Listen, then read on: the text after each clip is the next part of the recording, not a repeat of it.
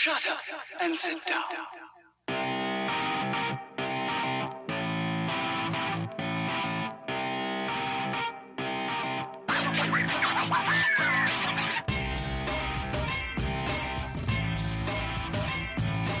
Welcome to the Bricks King podcast, where I'm going to bend your ear about Lego, review those amazing bricks and plastic, and discuss what is new and up and coming around the Lego world. I'm your Minifigure host, Matt. Let's build on it. Welcome in, everybody. Episode 206. Today we are talking Lego Masters. I know, again, and we're talking about one of my horses. We already saw one of my horses disappear. Michelle and Natalie, I'm so sad. I just can't handle it anymore. Today we're going to talk Zach and Wayne. We have the interview with Zach and Wayne, and I will tell you this. Zach and Wayne love to do two things. They love to be uber specific and are quite competitive, and they love to talk. So this interview is in two different parts because part of the interview they lost connection, or I don't know what happened. They just went away. Anyway, so there are two parts. So if it sounds a little bit funny, that is why. And again, I am joined by an esteemed panel of other RLFMs that are out there, and I hope you guys truly enjoy what they have to say because it is some really good stuff. Hey guys. Hey, what's up? How's it going? Doing all right, thank you. So first of all, congratulations on all the wonderful builds. You guys did excellent through the whole season. I was curious if you could talk a little bit about where you draw your artistic inspiration for what you build. Oh, let me see.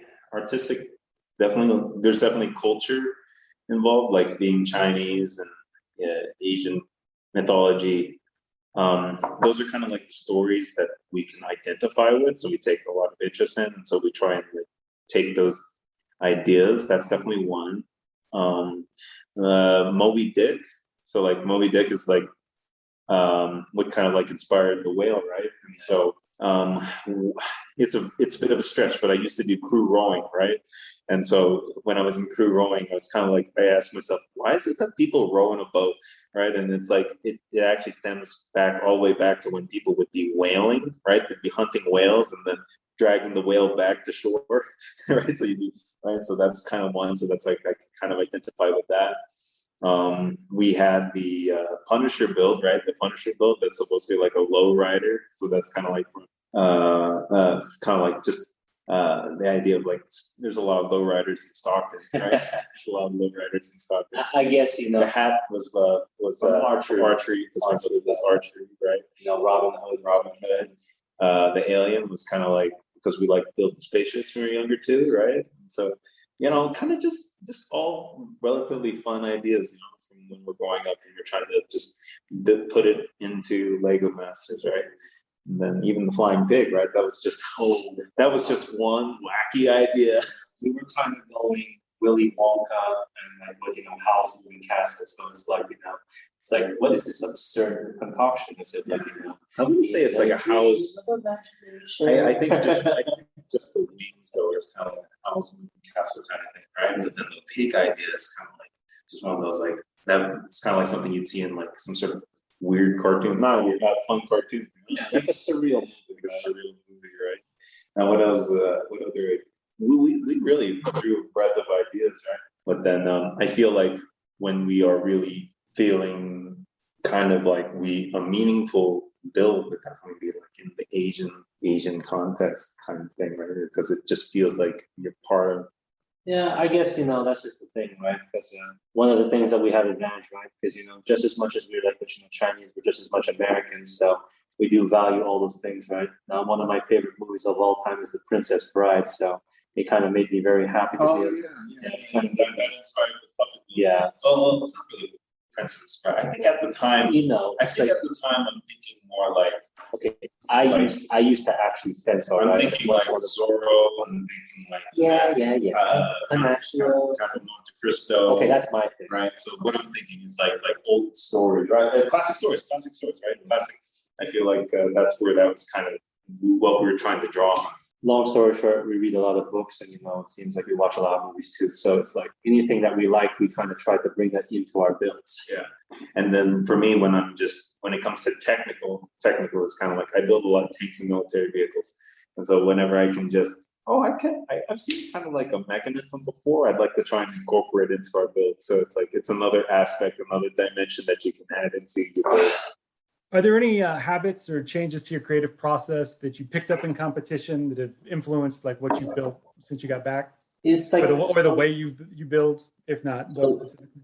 So the way we build on the show, it's like, because like we kind of like have a tendency of like, building. It's almost like brainstorming. Yeah. It was like just put down something, whatever pops into your head, you put it together, and you try and put it in the right spot. Like we even have this thing called we talk about when we're trying to prepare for getting onto Lego Masters, the ugly fish principle. Right? It's if you pull a fish out of water, it might seem a little bit ugly, but if you put it in the right context, it's well suited for its environment kind of thing. Yeah. And so it's like sometimes my brother puts together something that's kind of weird, right? And then it's like, it's not that bad if you put it in the right spot. That's kind of like what happens. It's like you put this weird shape and then you put it in somewhere and it's like, this looks like a rock. You put another one that's starting to look like a waterfall. What did you put in this waterfall scene? Maybe some trees, some birds, and it's like as you can tell, he talks a lot. But usually it ends up being a dragon. Eventually, we put a dragon up there. Eventually, there's some call back to that. Because who doesn't like dragons, right? That's true. Yeah. So, with this last one right there, because we already were aware that, apparently we build kind of fast, right? That seems to be the overarching theme for Wings, that we kind of build on the fast side. But it became one of those things for after episode 3 with the shake table challenge, we had actually spent half of the 4 hours just thinking about it, just thinking that we could compensate for it. So when you saw the builds go on there down the line, this competition was kind of like running a marathon at a sprint's pace. So, you really had to just fall back on things that you knew that, okay, you need strength, technique, and aesthetics. The way a lot of these challenges wound up being, there was a lot of strength and technical involved. But, if we felt and so I have a lot of builds that have to do with technical and strength. And so those sent minor challenge requirements. And so I really got to explore more of the aesthetic side, being more creative with whatever parts we had at hand. Yeah. And we didn't really answer the question. How did it influence the way we build at home? How did it influence the way we build at home? It kind of just opened your mindset. Is that anything is a good idea. Just about anything is a good idea. It's mind opening. And then you get to see everyone else's build. It's like, oh man, I'd love to get into castles. It adds more dimensions, right? Because something you previously didn't touch on before, you'd like to add that to your book too, and see how you can put your own twist on it. Yeah. Great. And then for everything you built over the season, which of the builds was the most personal to you? Most personal. Oh, it definitely have to be that final one. I feel like that final one is definitely the most personal. The one which is I guess our coolest build, just general consensus, it's been the whale. If not the whale, the flying pig. If not the flying pig, the dragons. I mean, the dragons are I want to say dragon, whale, pig are kind of all in the same, on the same line. I say it one after the other, but general consensus, I feel like all those are pretty popular builds. I think I could go this way, right? They're all our children, right? And you're not supposed to have favorites, right? That just becomes an order of when they came around. Firstborn is the dragons, right? It came first, that sets the tone. Then it turns out okay, how we see this right there, every build we made, we were trying to outdo ourselves, right? Because we were never trying to just settle for okay, this is good enough. The mentality was okay, we have to treat every single build like it's the finale build. And it's one of those things, right? That you just never know. Is it enough? You always think yourself, because at that point, right, the judges have seen everything that you've been capable of doing so far. So then it becomes one of those things where they can kind of put yourself in the corner and say, what more can I do from there? We think we're going 100%, but now they're asking for that extra one. It's something you've never seen before. So I guess that just becomes the challenge, right? Because when you're filming these episodes, they're literally back to back to back to back to back. And it kind of tells you something right there, you've got to dig deep, you've got to find something you've never found before. Sometimes it happens, sometimes it does, It's unfortunate because, like, for me personally, that finale build right there, while it wasn't exactly like, like it's a build, to be honest right there, it's a build. I'm glad that, like, we were able to put out something, but my own personal feeling on the matter right there is that, we know what we are capable of. We knew if we'd be able to execute what we were trying to do, it would have been something more. But, it's just, there's a lot of stuff that happens behind the scenes that, like, we don't want to share on there. We'll just leave it at that. Yeah, with the final build, I went for some pretty ambitious. I wanted to do some pretty ambitious stuff with the final build. I wanted to have my dragons to be moving. I wanted it to be lit a specific way. I wanted it to turn. I wanted it to tell a story. It's like I felt like I was trying to accomplish a lot, and so I was happy that I was able just to accomplish the things that I was able to accomplish in just that build, like tell a couple of stories and get the general idea. One of these days, I'm gonna have to revisit the idea, really do exactly what I was thinking that was coming out of my head, like at the moment, like what was pouring out of my head. But pretty much, yeah. Yeah, but I guess, in the end right there, what did we gain? All I know is I enjoyed building with this guy. It's like, we went in saying like, hey, let's see what an impression we can make. And it seems like we left saying, okay, I guess we could do all the crazy things you wanted to do, right? Yeah. I really got that final build. That was the time where you could get to play around with figure building like little figures and little characters. I think I got to play around with that idea. And so I definitely gonna work with that a little bit. Building with scale too.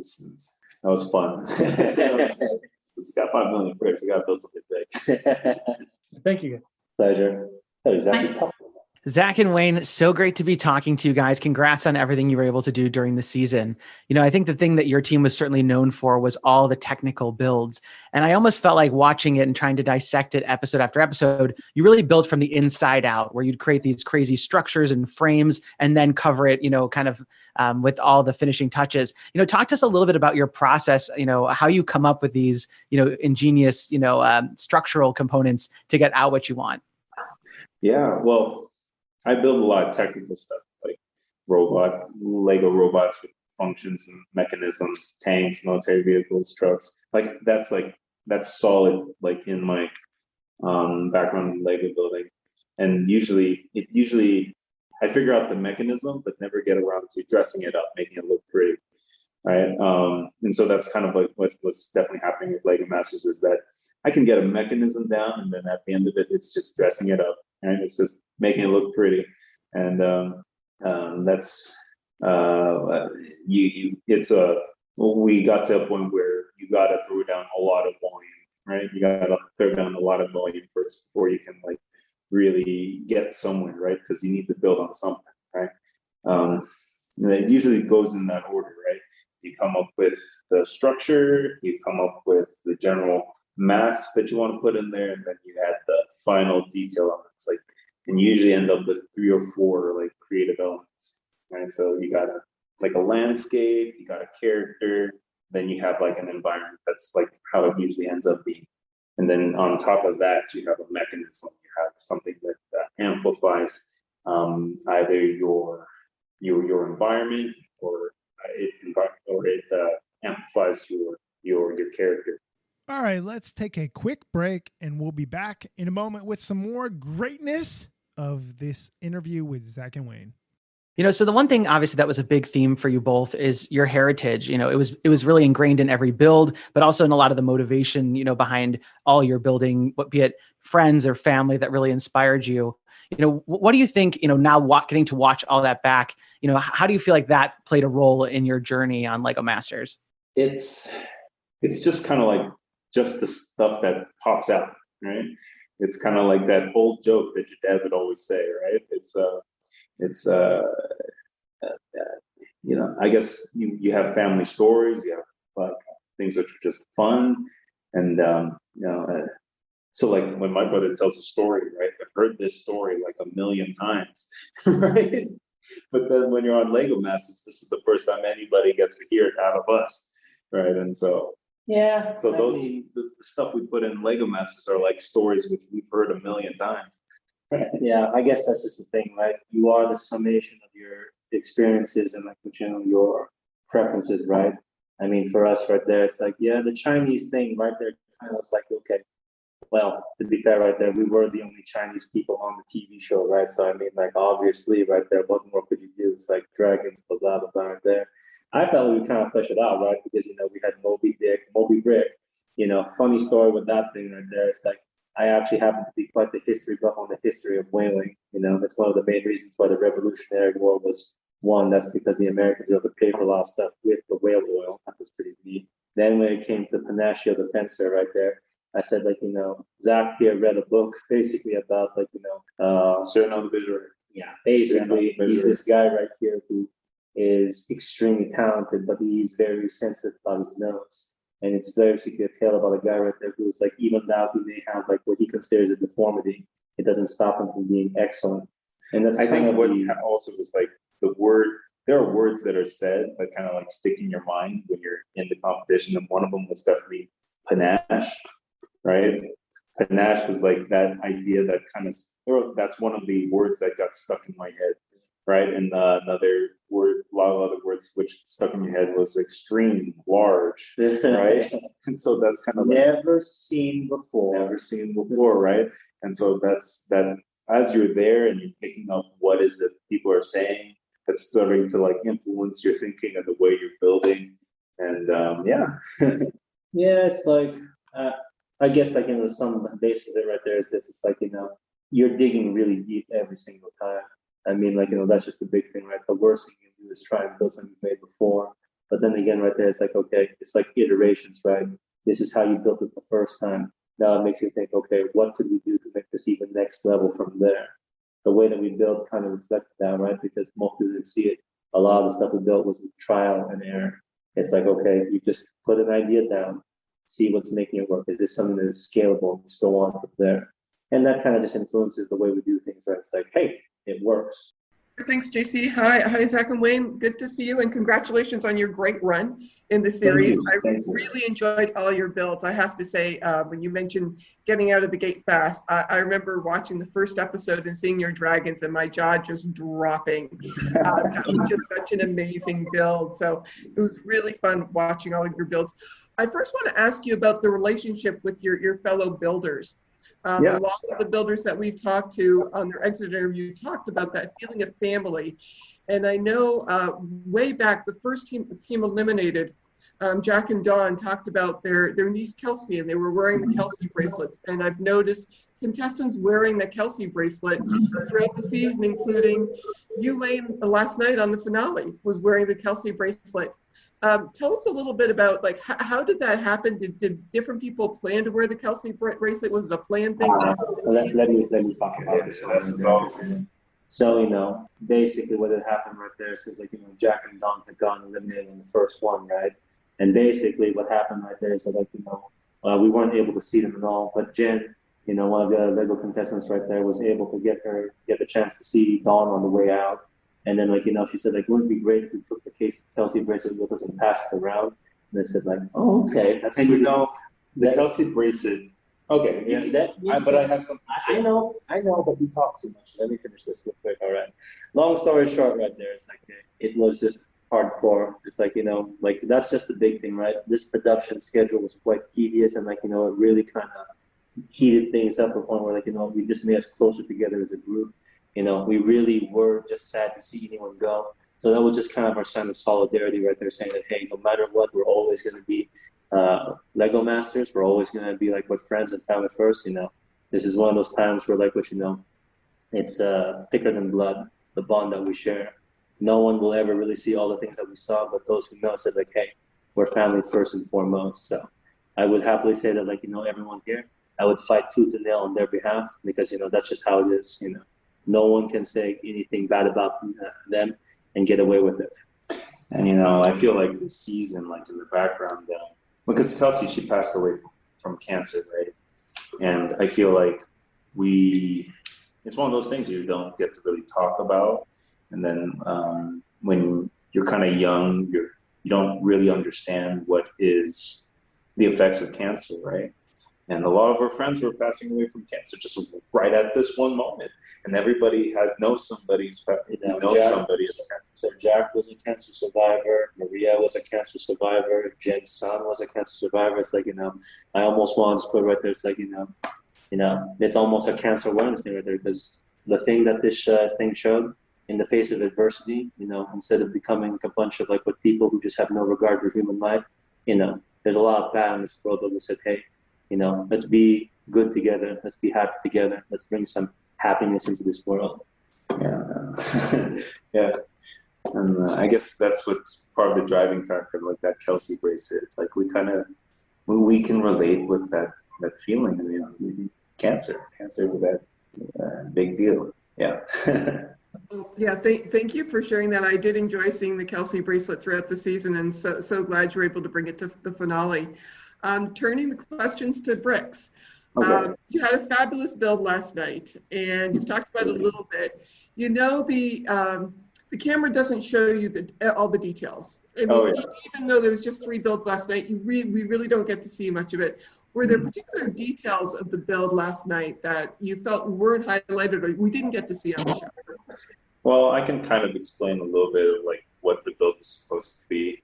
It was a whole lot of ideas. I'm gonna go get the charger for this thing. It was a whole lot of different ideas just being smashed together, right? So it's like a pagoda, it's like a waterfall scene in the back, and then you have these 2 dragons which are coming around, and then we had this whole idea about having fish coming up the waterfall, because there's this myth, Asian myth kind of thing.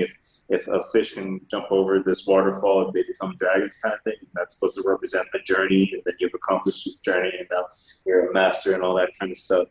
And then in each level of the building, I think there were 6 levels. We're telling little small stories about our lives there. And so I'm talking about my family, and then I'm talking about what we do. I have my sushi shop in there. We have my brother's archery range in there working with kids. Yeah, one of these days, I'm going to have to remake that one and have it kind of on my coffee table or something. But Okay, great. And my last question is, where can we expect to see you next? I mean, are we going to see you on any future conventions, or do we? I can tell you where I'm heading off next. I'm heading off to BrickFest Live in Philadelphia. That's this weekend. That's the one I'm going to be in. And then there's going to be another BrickFest Live in October 2nd. October 2nd. And okay. Oh, we lost connection here for a second. Yeah. Yeah, there you are. So long story short, there's 2 more BrickFest Lives this year that we're going to in the East Coast. And then we're trying to get all the Lego Masters to convene together at Bricks LA. And hopefully have some more after hour stuff talking about our experience on the show, and we'll go from there. Oh, fantastic. Well, hopefully I will see you at Bricks LA. I'm planning on making it to the West Coast at some of the cons next year. Hey, when you get over there right there, we'll treat you out. I don't know if any of the Lego Masters told you, but I can never stop talking about Korean barbecue, so I'll take you places. Sold. It's a date. There you go. All right. Thank you, guys. I'll let one of my colleagues take over from here. Go ahead, Matt. Sounds good. Thank you so much. All right, guys. Sorry that you didn't win. I took my money to Vegas and put you guys as the winner. So hey, it is what it is. But I wanted to talk about the fact that you guys, aside from Mark and Steven, finished in the top 2 more than any other team, and you only won twice. You won the length of your build, which you guys talked about, Wayne, with your friend, and then you guys won the initial episode. So what was that like to reach right up there and constantly somebody is just beating you just about every week? Okay. So let me talk about this right there. So I have obviously a lot of feelings about the matter, but long story short, I said okay, you know what? I can say without a doubt that whenever we put out anything, we always felt like we were trying to go for number 1 build. Obviously there's other people saying what other things that they will say, but I can say that we had our pride in that regard. If I had to be so honest about this finale build right there, it's I had already accepted the fact that we weren't able to really accomplish all the things we wanted to do.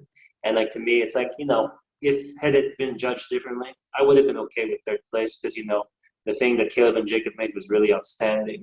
You know, I'm an archery coach, right? And like for me, I always tell everyone right there, it's like I genuinely don't like second place because it means you're the first place loser. So it's like, you know, in the end, right there with those challenges, I said, as long as we did something worth remembering, I hope people enjoyed it and really thought it was something like, you know, amazing.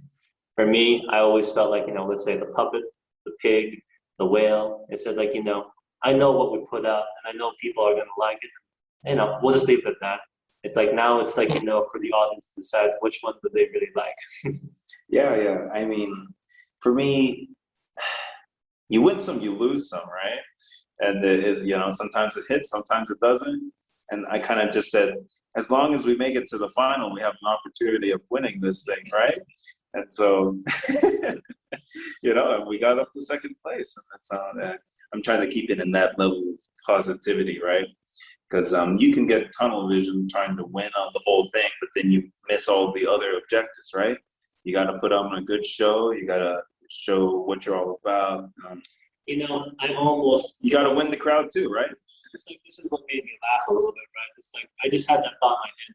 What if we had just literally just recreated everything we had made on the show and just made like a gigantic diorama of that? I don't know. I felt like, you know, for us, everything we built was pretty close to finale level grade. I mean, like, everyone keeps telling me they really like the hat. And I said, like, you know, that was actually a pretty good build. Like, you know, at the time, I wasn't feeling so great, right? Because on top of the fact that they had just lost the golden brick, I was also suffering from a little bit of a cold. So it's like my low energy was compounded. And I said, like, wow, it seems like everyone really liked the hat. So, you know, what can I say? It's like, I think people, I'm sorry that you lost money betting on us, my friend. You know, I'll have to take you out to dinner.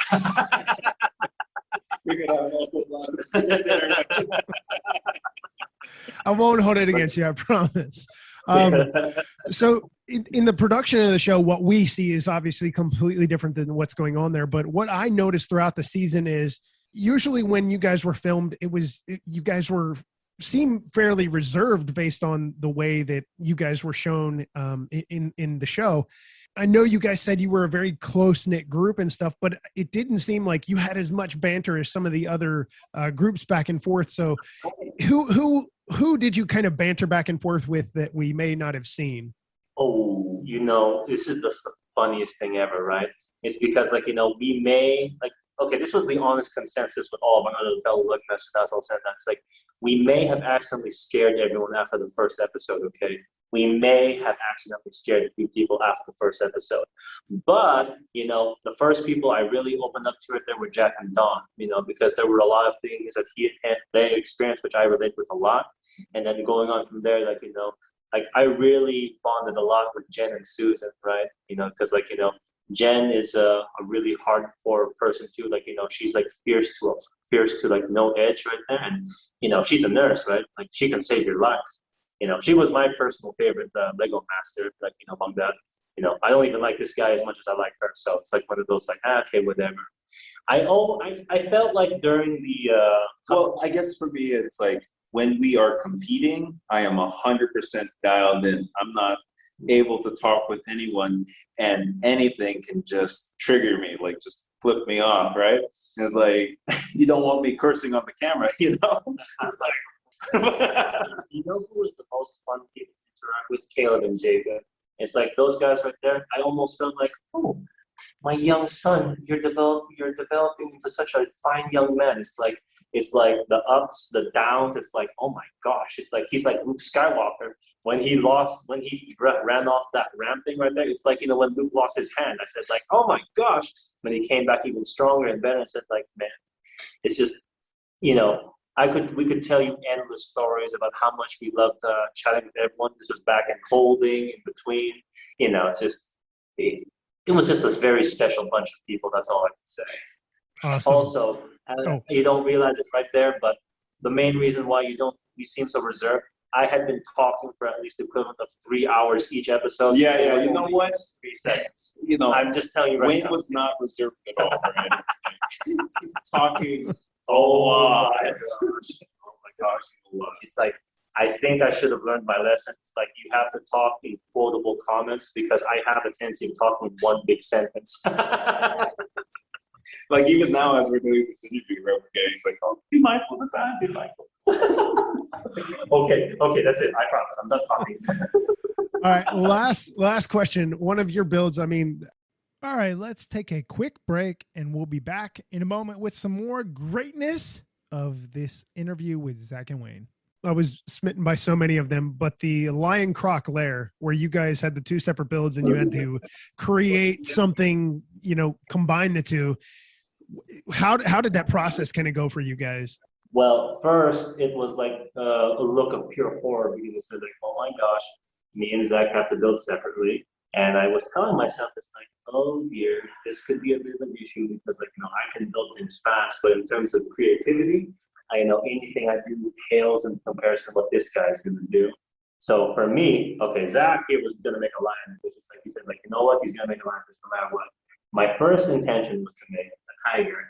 I very early on realized I'm probably not gonna do it. And then I remember Zach saying this a long time ago, why don't you try building a peacock? It's not that hard. It should be something straightforward to do. And I said, okay, I'm gonna try and build a peacock. And then when I look at it, wasn't this one of the builds for the finale in like the last season? I said, there's no way this is gonna be easy. And somehow I wound up on that. And then when regular Will Ross back together, I said like, oh, this could not have gone any better. That's the first time I wore the Kelsey bracelet when I had it. And it's like, oh, thank you, Kelsey. I think you just saved us because Zach here, without me, doesn't know how to time manage. And obviously what happens, he waits until the last second and his tail falls off. So I say, okay, you kind of saw how that works right there. We clearly built better together than we do separately. Yeah. What do you think, Zach? Is there anything else we can add to that? I think you nailed it. It was just funny, right? Because it turns out we built to the exact same scale. It's like, whoa, that's spooky. So I said, looks like I did gain something after all this experience. Well, congratulations on, obviously you guys wanted to be first, but congratulations on the success, and hopefully I run into you a show in the future. My friend, of course. Let's go get a few drinks and some food when we meet up, all right? So congrats, both of you. Love seeing all your builds in the show. First question, do you have any fun memories from interacting with Will and Jamie and Amy that you'd like to share? Oh, I love Will.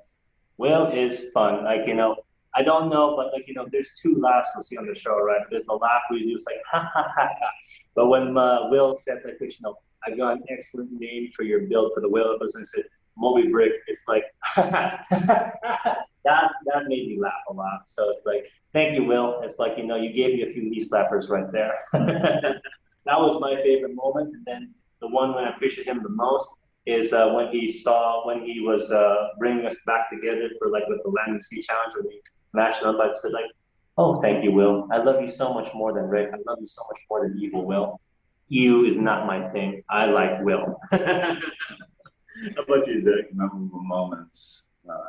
Man, just their looks on their faces sometimes when they're trying to talk to you about your build, and it's the way I look at it is like they're a little bit.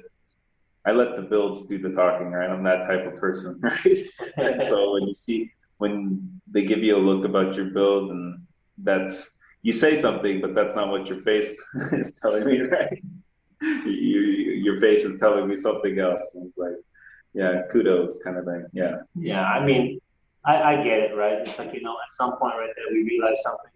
We're a little hard to put a finger on, you know? It's like me and Zach learned very early on right there. It's like, you know, we can't describe ourselves half the time. All we really knew after a while is that, like, you know, our original team name was supposed to be the Sushi Bros, but it's just because, ironically, me and Zach were working sushi for a while before we got on the show. But before that, we built buildings. You know, we used to do lots of airsoft. We used to play video games. We used to fight over Legos. Like, you know, we're just Zach and Wayne. I think. Yeah, you know, that is one of the most memorable things, right? They tried going by team names, but they just ended up saying Zach and Wayne. That's definitely a big memory. We enjoyed making a splash, I guess. You know, it seems like everyone got cut off in it. And then Will Arnett is actually pretty empathetic, I guess. Empathetic, right? You know, it's like there are definitely sometimes it's like, am I really sure I want to show off my build in this way to the judges? And then Will walks up and tells you on the side, It's how you sell it. So You say Will's a big personality, but like, it's like underneath that right there is like, it's a good soul. I like that. I like people like that. At some point right there, we understand it's like, hey, when someone has like nothing but good intent for you, and we felt that with Will, so that was fun. Awesome. Next question. If you could have added 2 extra hours to any of your challenges, which would you have picked? I would have picked the shake table challenge, because that was probably the only time where we kind of like really didn't use our time well. We had spent half the time thinking about what we were going to do, right? But it said like, yeah, right there. Can you hear us again or no? Yeah, we can hear you now. Yeah. So that was the only time where we didn't use the time wisely to our advantage. So it's like, okay, I think if we had an extra 2 hours, our thing made it all the way to 10. If we had just had like maybe even another 30 minutes, I'm sure we could have broke the machine. It's like, because that would have been real nice. I said like, what team said they were trying to break the machine against that? Mark and Steven, right? Yeah, I said like, I thought we could have broken the machine, but that's just, we'll never know. We'll have to find a way to get some money for a shake table later. All right, last question. Were there any challenges from season 1 or any particular types of builds in general you'd have loved to see on the show that didn't happen? Ooh, the bridge. The bridge. Oh, I would have definitely loved to try out the bridge. This guy is a bridge guy. I mean, like the castle challenge, was just as much of a bridge challenge as it was a castle challenge, I feel, because you got to extend the thing out. But, if we were going to make a bridge, I said, like, oh, man, that would have been pretty darn epic. I think another cool challenge would be that half. You're right. That is half and half challenge. That's the one where they like get half of an item, right? Half of an item, and like mesh it with something else. Because I mean, that's just pure creativity you need for that type of challenge, And that's pretty much you just throw out any idea. Any idea is a good idea. Yeah, it's a free canvas for whoever you want. All right. Well, congrats again. It was a pleasure seeing you on the show and talking with you, and hopefully I'll get to run into you at some conventions in the future. That is Zach and Wayne. You know them, you love them, you hope they adorn your mantle on your fireplace at some point in time in the future. Either way, that is them. And I have to say 2 things. First off, I apologize for the crappy audio content quality that comes through from their side. I had nothing to do with that. They were literally recording on a laptop that was probably built in 2011. It's bad. It was bad. But they need to be behind an audio recording device, something that records their awesome potential. And it wasn't there. And I'm like, oh my God, this is going to sound like crap. I'm going through the interview thinking this is going to sound horrible. And unfortunately, it didn't sound great. So hopefully in the future, maybe Indomoshine or whatever they're called, the production company that puts on these interviews with the guests from Lego Masters, maybe you can send them a $30 mic, for God's sake. I mean, at the end of the day, is it really that much? No, it's a USB mic. Plug it into the computer. We're good. We're good to go. I mean, that's how some people start, right? Wink, wink, nudge, nudge. At the end of the day, Zach and Wayne, I'm so sad to see go. Y'all know they were my horse. Like, I was like, yeah, they're going all the way. They're going to win it. Lego Masters Champions Season 2 United States or whatever they're calling it. They didn't win. So I'm so sad. But Day's End, you heard some stuff. Hopefully you heard it clearly. If not, go back, listen to it again. Either way, at the end of the day, Zach and Wayne are P2. P2 doesn't win the race. P1 wins the race. So with that said, we are moving along. We are moving on to the P1 group. Catch that on the next episode with, you already know. Until then, I'm your Minifigure host, Matt. Let's build on it.